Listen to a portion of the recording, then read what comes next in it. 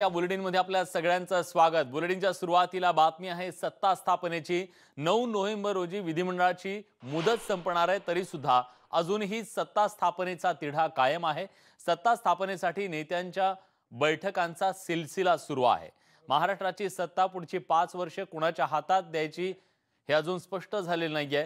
त्यात आज संध्याकाळी नवी दिल्लीत पंतप्रधान नरेंद्र मोदी आणि गृहमंत्री अमित शहा यांची बैठक होणार आहे। महाराष्ट्राच्या राजकीय स्थितीवर या बैठकीत चर्चा होण्याची शक्यता आहे। आजच्या केंद्रीय मंत्री परिषदेच्या बैठकीत राज्यातील घडामोडींवर चर्चा होईल असं कळतंय, तर दुसरीकडे मुंबईत भाजप नेत्यांची बैठक होणार आहे आणि दुपारी 12:30 वाजता शरद पवार पत्रकार परिषद घेणार आहेत। त्यामुळे शरद पवार महाराष्ट्रातल्या सत्ता पेचावर राष्ट्रवादीची नेमकी काय भूमिका असेल हे स्पष्ट करणार असल्याचंही कळतंय। आणि याच संदर्भात एक महत्त्वाची बातमी काँग्रेसच्या गोटातून येते। मल्लिकार्जुन खरगे जे महाराष्ट्राचे प्रभारी आहेत ते थोड्याच वेळात मुंबईत दाखल होणार आहेत। मुंबईत काँग्रेस नेत्यांची ते बैठक घेणार आहेत। शरद पवार यांची पत्रकार परिषद, त्या पार्श्वभूमीवर आधी सोनिया गांधी यांची शरद पवार यांनी घेतलेली भेट आणि खरगे यांचा दौरा, यामुळे महाराष्ट्रातल्या काँग्रेस आणि राष्ट्रवादी काँग्रेसमधल्या सुद्धा राजकीय घडामोडी आता वेगाने घडू लागलेले आहेत। प्रफुल्ल साळुंखे आपले प्रतिनिधी आता आपल्या सोबत आहेत। प्रफुल्ल, शरद पवार यांची पत्रकार परिषद एका बाजूला होणार आहे आणि त्याच्या आधी खरगे हे सुद्धा काँग्रेसच्या नेत्यांसोबत बैठक करणार असल्याचं कळतंय। काय नेमकं सुरू आहे आघाडीच्या गोटात? विलास, आपण जर पाहिलं तर आता थोड्याच वेळात मल्लिकार्जुन खरगे जे महाराष्ट्राचे काँग्रेसचे प्रभारी आहेत ते मुंबईत दाखल होत आहेत आणि 12:30 वाजता शरद पवार यांची बैठक या ठिकाणी आयोजित करण्यात आली आहे। आपण जर गेल्या 2 दिवसातल्या घडामोडी पाहिल्यात तर शरद पवार आणि सोनिया गांधी यांची भेट झाली आणि त्यानंतर आज शरद पवार मुंबईत दाखल झाले आणि त्यानंतर मल्लिकार्जुन खरगे देखील मुंबईत दाखल झाले। या सगळ्या घडामोडींची जर आपण पाहिली तर कुठेतरी महाराष्ट्रातल्या सत्ता स्थापनेच्या हालचालींना प्रचंड वेग आला आहे आणि 12:30 वाजता जी भूमिका राष्ट्रवादी काँग्रेसचे अध्यक्ष शरद पवार या ठिकाणी जाहीर करतील, कदाचित त्यानंतर महाराष्ट्रातलं सत्ता स्थापनेचं गणित अत्यंत क्लिअर होऊन जाईल की कोण या ठिकाणी सत्ता स्थापन करेल, युती सत्ता स्थापन करेल की 3 पक्ष एकत्र येऊन स्थापन करतील की आघाडी ही विरोधात बसेल। या सगळ्या गोष्टी ज्या आहेत त्या 12:30 वाजता क्लिअर होतील। नक्कीच। आणि या सगळ्या संदर्भात आता शरद पवार हे मुंबईत पत्रकार परिषद घेणार आहेत। यशवंतराव चव्हाण प्रतिष्ठानमध्ये ही पत्रकार परिषद होणार आहे आणि सध्या जो तेचा पेच निर्माण झालेला आहे, या सगळ्या जी कोंडी निर्माण झालेली आहे ती कोंडी फोडण्यासाठी शरद पवार यांची भूमिका अत्यंत महत्त्वाची ठरणार आहे। राज्यात काही नवं सत्ता समीकरण उदयाला येते का आणि काँग्रेस राष्ट्रवादीची भूमिका नेमकी काय असणार आहे हे शरद पवार त्यांच्या पत्रकार परिषदेतून जाहीर करतात का, याकडे सगळ्या महाराष्ट्राचं लक्ष लागलेलं आहे। प्रफुल्ल साळुंखे आपल्या सोबत आहेत। प्रफुल्ल, खरं तर गेल्या काही दिवसांमध्ये सातत्याने शरद पवार यांची भूमिका ही महत्त्वाची ठरलेली आहे। कुठेतरी शिवसेनेसोबत जाण्याच्या बद्दल ते पॉझिटिव्ह दिसले, पण काँग्रेस मात्र पॉझिटिव्ह नाही आहे। अशा सगळ्या पार्श्वभूमीवर आता शरद पवारांची भूमिका महत्त्वाची ठरणार आहे। विलास, आपण जर पाहिलं तर काल देखील शरद पवार यांनी स्पष्ट सांगितलं होतं की सोनिया गांधी यांची भेट झाली, पण त्यांनी सत्ता स्थापनेसंदर्भात कुठलीही जो हिरवा कंदील द्यायचा असतो तो दिलेला नाहीये। या सगळ्या जर गोष्टी आपण पाहिल्या तर कुठेतरी आम्ही पुन्हा राज्यातल्या सर्व नेत्यांशी या ठिकाणी चर्चा करणार आणि सोनिया गांधी यांची पुन्हा भेट घेणार असं शरद पवार यांनी सांगितलं होतं। आणि आज शरद पवार मुंबईत दाखल झालेत, या ठिकाणी पत्रकार परिषद घेतील। राष्ट्रवादी काँग्रेसच्या अनेक नेत्यांशी ते भेटणार आहेत। सकाळी काँग्रेसच्या नेत्या यशोमती ठाकूर या देखील शरद पवारांना भेटून गेल्या। कुठेतरी या सगळ्या बाबतीमध्ये काँग्रेस राष्ट्रवादी काँग्रेस सत्ता स्थापनेच्या संदर्भात हालचाली करताय का, या सर्व गोष्टींवर दिसून येत आहे। पण शरद पवार 12:30 वाजेला पत्रकार परिषद घेतील, त्यामध्ये जी भूमिका मांडतील त्यानंतर खऱ्या अर्थानं राज्याच्या राजकारणाचं गणित जे आहे ते स्पष्ट होईल। नक्कीच। धन्यवाद तुम्ही दिलेल्या सगळ्या सविस्तर माहितीबद्दल। तुमच्याकडून वेळोवेळी याचे अपडेट जाणून घेत राहू। महायुती बनली तेव्हाच प्रस्ताव दिला, पुन्हा नव्यानं प्रस्ताव देण्याची गरज काय, असा सवाल शिवसेनेचे प्रवक्ते संजय राऊत यांनी विचारलेला आहे।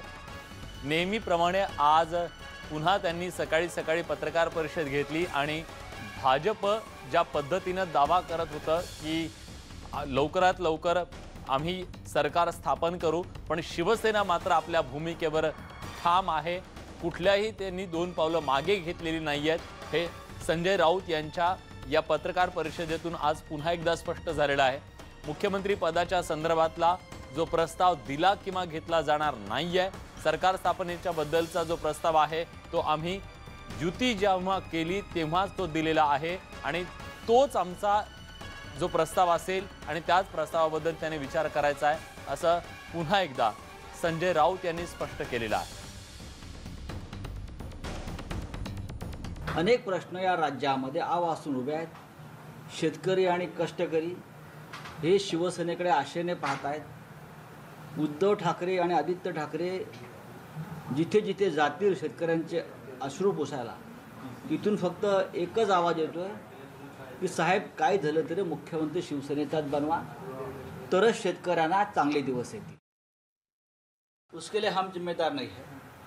अगर महाराष्ट्र पर बिना वजह राष्ट्रपति का शासन थोपने की कोई साजिश कर रहा है तो ये महाराष्ट्र की जनता का जनादेश का सबसे बड़ा अपमान होगा.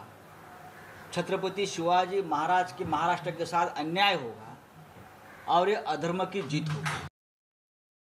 कोई प्रस्ताव न आएगा न जाएगा.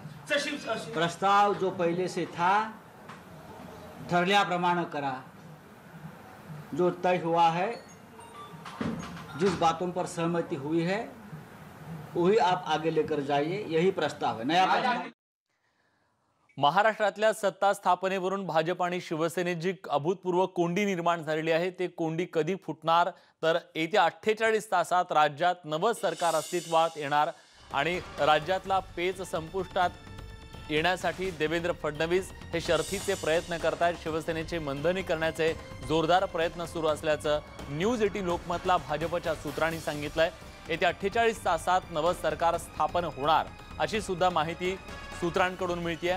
राज्यातला जो पेच प्रसंग आहे तो संपुष्टात यावा याच्यासाठी मुख्यमंत्री देवेंद्र फडणवीस यांच्याकडून जोरदार प्रयत्न सुरू आहेत. शिवसेनेचे मनधरणी करण्याचं काम सुरू आहे आणि याला यश मिळेल आणि पुढच्या 48 तासामध्ये महाराष्ट्रात नवं सरकार स्थापन होईल असं भाजपच्या सूत्रांकडून न्यूज 18 लोकमतला सांगण्यात येत आहे.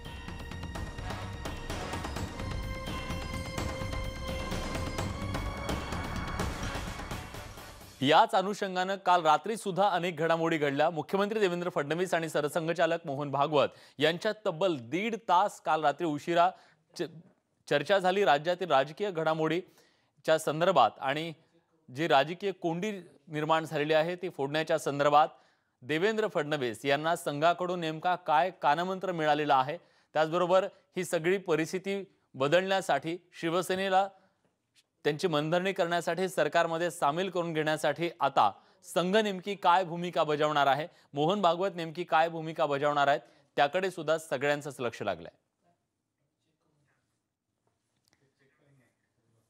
राज्यात निर्माण झालेल्या राजकीय परिस्थितीच्या पार्श्वभूमीवर केंद्रीय गृहमंत्री अमित शहा आणि पंतप्रधान नरेंद्र मोदी यांची आज दिल्लीत बैठक होणार आहे. दिल्लीमध्ये संध्याकाळी 6 वाजता केंद्रीय मंत्री परिषदेची बैठक पार पडेल. या बैठकीत पंतप्रधान नरेंद्र मोदी राज्यातल्या राजकीय परिस्थितीवर काय निर्णय घेतात हे पाहणं महत्त्वाचं आहे. खरं तर मुख्यमंत्री देवेंद्र फडणवीस हे दिल्लीत पोहोचले.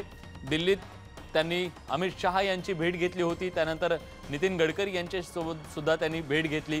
पंतप्रधान नरेंद्र मोदी यांची भेट त्यांची होऊ शकलेली नव्हती, पण आज पंतप्रधान नरेंद्र मोदी आणि अमित शहा यांची एक महत्त्वाची बैठक होणार आहे आणि या बैठकीत महाराष्ट्रातल्या सध्याच्या राजकीय परिस्थितीवर नेमका काय निर्णय होतो हे पाहणं महत्त्वाचं असेल.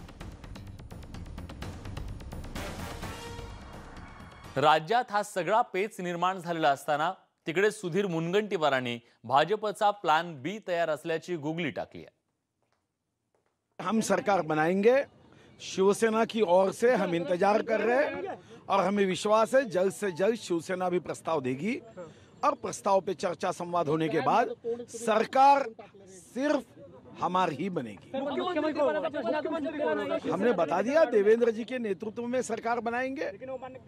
तुम्ही फक्त आता वाट पहा. पूर्ण चर्चा झाली आहे, विश्लेषण झालं आहे आणि तुम्हाला कोणत्याही क्षणी गोड बातमी येऊ शकते.